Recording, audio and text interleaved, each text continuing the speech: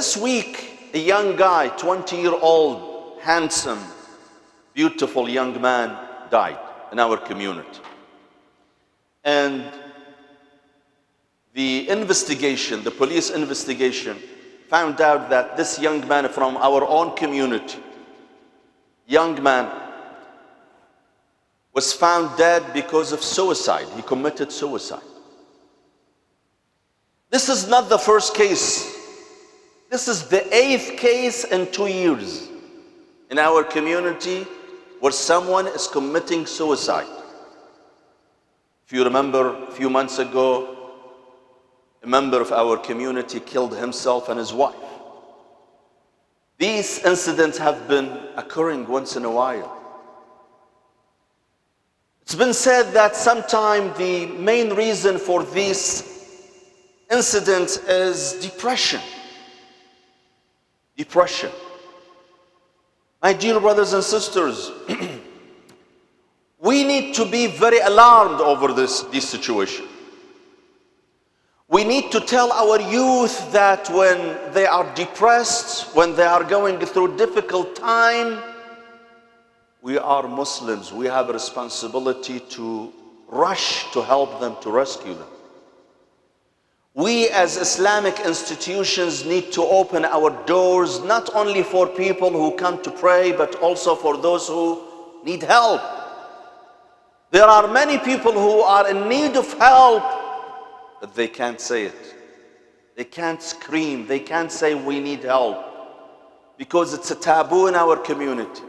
It's a taboo to say I have psychiatric problem. I need the psychiatric. It's a taboo in our stigma to say I have depression. Why? Why we let them go? Why they should feel stigmatized if they have depression?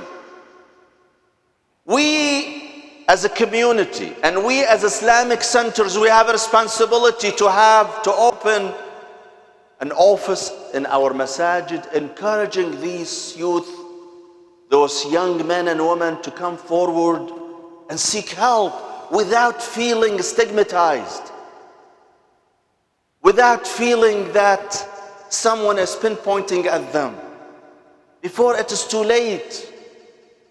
Depression is a sickness, just like someone has an ulcer in his stomach. What's the difference? No difference.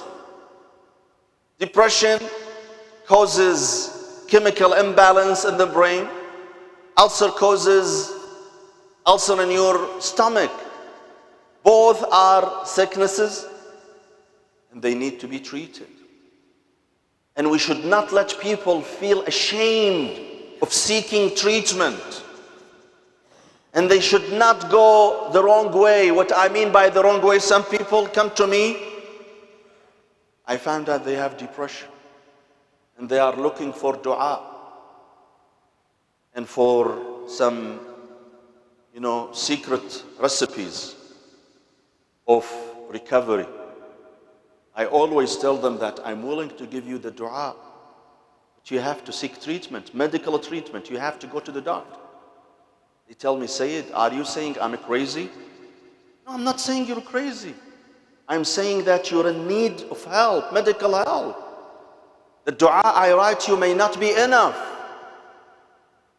It's good to have dua, but how come when you have ulcer in your stomach, you went to the doctor, you did not come to me to write you a dua?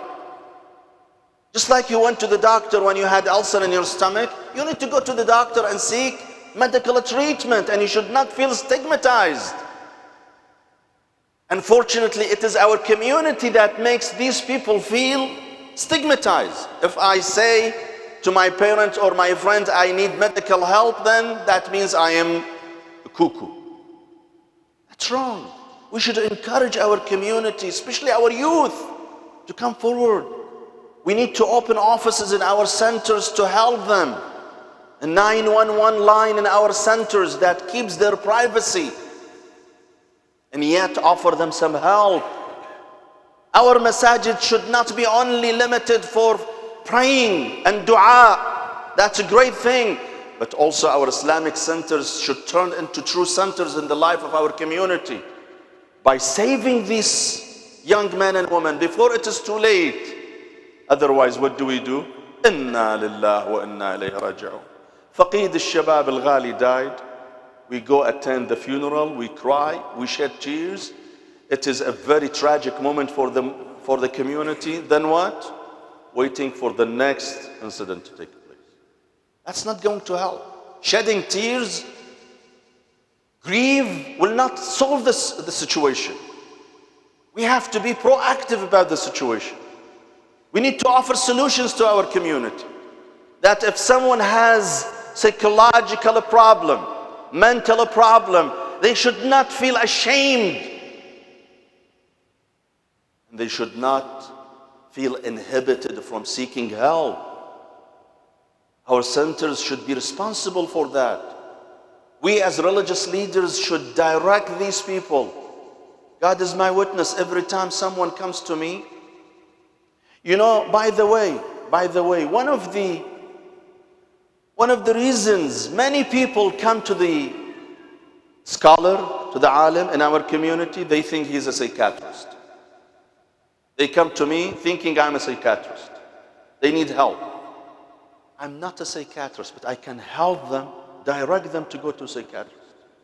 Alhamdulillah, we do have some Muslim psychiatrists in our community, devoted and committed. I refer these people to those psychiatrists. It's good to go to the alim, not as a psychiatrist, but as a source of help.